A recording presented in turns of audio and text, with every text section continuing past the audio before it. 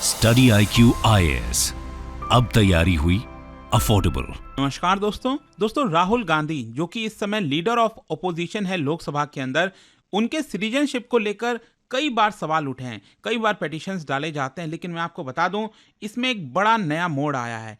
Actually क्या है कि इलाहाबाद हाई कोर्ट ने अब यहां पर डेडलाइन जारी कर दिया है सेंटर को, specially ministry of home affairs को, और साफ साफ कहा है कि आप हमें बताइए कि यहां पर राहुल गांधी क्या उनके पास ड्यूअल सिटीजनशिप है कि नहीं। आप सबको पता होगा हमारे देश के अंदर जो कानून है, संविधान है, उसके तहत एक नागरिक के पास दूसरे देश का सिटीजनशिप नहीं हो सकता। ये खबर आप देख सकते हो, Rahul Gandhi has UK citizenship claims petitioner. तो इसी के बारे में थोड़ा डिटेल से समझेंगे कि यहाँ पर कौन पिटीशन डाला है, किस बेसिस पर यह पिटीशन डाला गया है, कानून क्या कहता है, काफी कुछ जानने को है। चलिए आगे बढ़ते हैं। लेकिन उससे पहले दोस्तों मैं आप सबके लिए एक बहुत इंपॉर्टेंट खबर बता दूं कि इस समय चल रहा है सुपर सक्सेस सेल। अगर आप कोई भी कोर्स लेते हो स्टडी IQ पर, चाहे वो हमारा प्रीलिम्स से स्पेसिफिक रिलेटेड कोर्स हो SIP प्लस, या फिर यहाँ पर जो फाउंडेशन बैच होता है 2026, 27, 28, जो भी आप लेना चाहते हो वो आप ले सकते हैं। सभी के लिंक दिए हैं कमेंट सेक्शन में, और आपको यूज करना है ये कोड अंकित लाइव, ताकि आप मैक्सिमम डिस्काउंट ले सकें। और इसके अलावा अगर आप MCQs अटेम्प्ट करना चाहते हैं तो मेरे इंस्टा पेज पर जा सकते हैं, वहां पर स्टोरीज में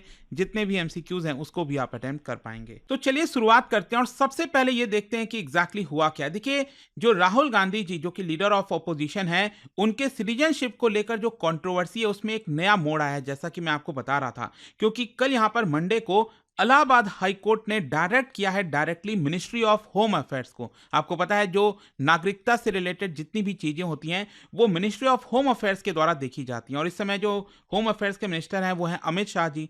तो यहां पर उनको बोला गया है साफ साफ कि उनके नागरिकता को लेकर जो भी सवाल उठ रहे हैं उसका जवाब आपको 19 दिसंबर को देना ही होगा। मतलब ये पहली बार डेडलाइन जारी की गई है। और ये पिटीशन कौन डाला था इलाहाबाद हाई कोर्ट में, मैं आपको बता दूं, इनका नाम है S विघ्नेश शिशिर। ये एक एडवोकेट हैं, लेकिन साथ ही साथ बीजेपी के भी मेंबर हैं। तो ध्यान रखिएगा, S विघ्नेश शिशिर ने ये पिटीशन डाला था। अच्छा, इनके द्वारा क्या कहा गया है, पिटीशन के अंदर क्या बोला गया है, देखो। उन्होंने यहां पर आरोप लगाया है कि राहुल गांधी जी के पास एक ड्यूअल सिटीजनशिप है, मतलब भारत की नागरिकता भी है, प्लस साथ ही साथ यूनाइटेड किंगडम जो यूके है, ब्रिटेन है, ब्रिटिश की भी सिटीजनशिप इस समय राहुल गांधी के पास है। और इसी की वजह से यहां पर एक प्रॉपर CBI इंक्वायरी होनी चाहिए, CBI प्रोब होना चाहिए इस पूरे मामले को लेकर कि क्या यहां पर सच्चाई है। और ये जो पूरा लेटेस्ट कंट्रोवर्सी, ऑब्वियस सी बात है, इंपॉर्टेंट इसलिए भी रखता है क्योंकि इस समय वो लीडर ऑफ ओपोजिशन है लोकसभा के, और साथ ही साथ यहां पर इसी की वजह से जो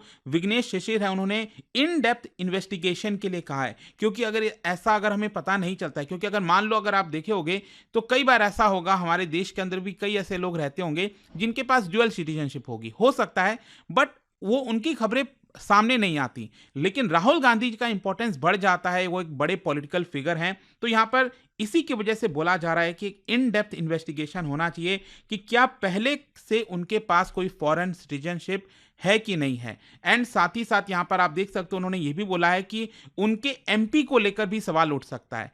मतलब कि अगर आपके पास दो देशों की नागरिकता है तो आप एलिजिबल नहीं हो मेंबर ऑफ पार्लियामेंट का चुनाव लड़ने के लिए। तो कई सारे इसको लेकर सवाल उठते हैं। अच्छा, क्वेश्चन यहां पर यह भी उठ रहा होगा, कई लोग जानना चाह रहे होंगे कि किस बेसिस पर बोला जा रहा है। ऐसे तो कल के डेट में किसी के ऊपर भी आरोप लगाया जा सकता है कि आपके ऊपर CBI इंक्वायरी होनी चाहिए। तो देखो, यहां पर पिटिशनर का यह कहना है कि एक दूसरे पर्सन है जिनका नाम है VSS शर्मा। VSS शर्मा ने यूके की सरकार से ईमेल के द्वारा पूछा था राहुल गांधी जी के सिटीजनशिप को लेकर, और यूके की सरकार ने उनको एक ईमेल भेजा था। तो यहां पर जो पिटिशनर है ना, विघ्नेश शर्मा, उन्होंने शर्मा से कांटेक्ट किया, ये जो विघ्नेश शिशिर हैं उन्होंने VSS शर्मा से कांटेक्ट किया और जानने की कोशिश की कि यूके की सरकार से जो आपको ईमेल आया था उसमें क्या लिखा हुआ है। तो देखिए, यहां पर एक तो पहली बात यह है कि जो ईमेल आया था यूके की सरकार से वो काफी कॉन्फिडेंशियल है, लेकिन VSS शर्मा ने वो ईमेल दिखा दिया पिटिशनर को, विघ्नेश शर्मा को। और इसीलिए विघ्नेश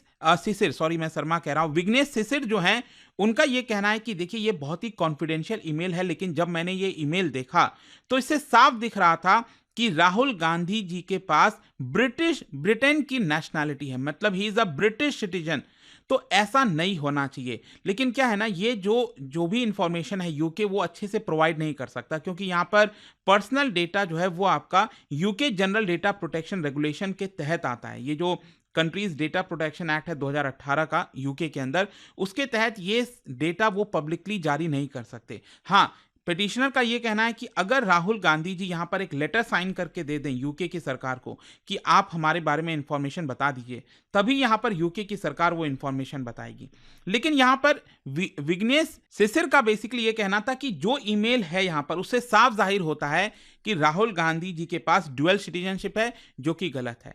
और इसी सारे चीजों को देखते हुए यहाँ पर 2 जजों की जो बेंच है इलाहाबाद हाई कोर्ट में, जस्टिस अतऊ रहमान मसूदी और जस्टिस सुभाष विद्यार्थी, उन्होंने यहाँ पर ऑर्डर जारी किया, इंटरिम ऑर्डर, और मिनिस्ट्री ऑफ होम अफेयर्स से साफ साफ कह दिया कि नेक्स्ट हियरिंग में, दैट इज 19 दिसंबर को आपको बताना ही होगा कि आखिरकार उनकी नागरिकता को लेकर जो भी रिजल्ट है, मतलब क्या उनके पास ड्यूअल सिटीजनशिप है, नहीं है, या फिर आपने क्या एक्शन लिया है, वो आपको यहाँ पर बताना होगा। अच्छा, ये जो राहुल गांधी जी का जो सिटीजनशिप का मामला है, ये कोई नया नहीं है। ये अगर आप देखोगे तो 2022 में भी वीएसएस शर्मा ने एक पिटीशन डाला था, लेकिन ये पिटीशन एक्चुअली उन्होंने ब्रिटेन में डाला था और ब्रिटेन की सरकार से पूछा था कि राहुल गांधी जी का सिटीजनशिप क्या है, लेकिन वो डिटेल सामने नहीं आया। लेकिन जब यहाँ पर वीएसएस शर्मा ने भारत के न्यायपालिका में, इंडियन कोर्ट में ये पिटीशन डाला, इसी की वजह से ये पूरा मामला काफी हाईलाइट हो गया है। वैसे यहाँ पर विग्नेश सिसिर ने ये भी बोला है कि जो सुब्रमण्यन स्वामी हैं,